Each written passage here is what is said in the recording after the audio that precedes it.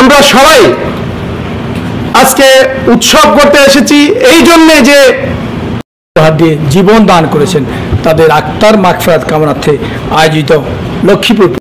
আমি ঘুমাতে পারিনি, অনেক সকাল 11টা পর্যন্ত আমি জেগেছিলাম, অর্থাৎ আয়নাগরের কাহিনী পড়ে।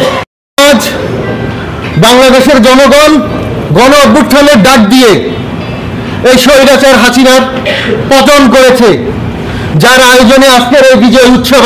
আমি প্রথম থেকে শুরু করছি, লক্ষ্মীপুরের লক্ষ্মী সন্তানটা এই সময় রাজনীতিতে সৌদি আরব। রিয়াদের জনপ্রিয় সানসিটি মেডিকেল সেন্টারে অনুষ্ঠিত প্রবাসী লক্ষ্মীপুর জেলা বিএনপির আয়োজনে বিশাল আনন্দ উৎসবে সভাপতিত্ব করেন বিশিষ্ট ব্যবসায়ী মিনহাজুল ইসলাম।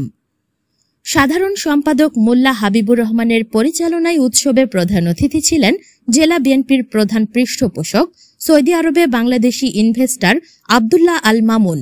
প্রধান বক্তা ছিলেন সৌদি আরব পূর্বাঞ্চল বিএনপির প্রতিষ্ঠাতা সাধারণ সম্পাদক ও প্রবাসী লক্ষ্মীপুর জেলা বিএনপির সাবেক সভাপতি ফারুক আহমেদ চান।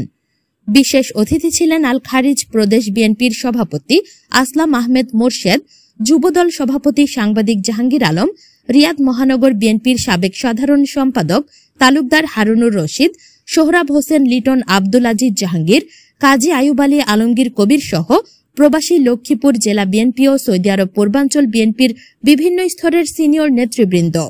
উৎসব অনুষ্ঠানে বিএনপি চেয়ারপারসন দেশনেত্রী বেগম খালেদা জিয়ার মুক্তিতে শুকরিয়া আদায় করে তার সুস্থতার জন্য দোয়া করা হয়। ছাত্র আন্দোলনে নিহত সকল শহীদদের আত্মার মাগফিরাত কামনায় আহতদের সুস্থতার জন্য বিশেষ দোয়া ও মোনাজাত পরিচালনা করা হয়। বিপুল সংখ্যক প্রবাসী বিএনপির নেতাকর্মী বিশাল এই উৎসব আয়োজনে অংশগ্রহণ করেন। 24 সালের 5 আগস্ট আমরা স্বাধীন হয়েছি আওয়ামী লীগ তথা ভারত আগ্রাসন বাহিনী থেকে।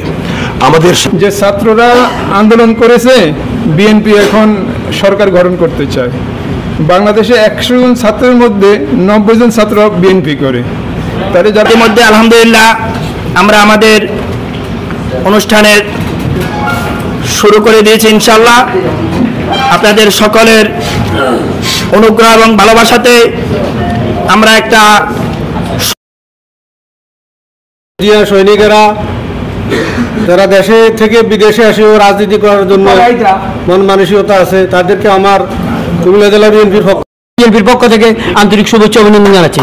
আশা করি ইনশাআল্লাহ অচিরেই রহমানির রহিম السلام ومنك السلام تباركت ربنا يا ذا الجلال والإكرام।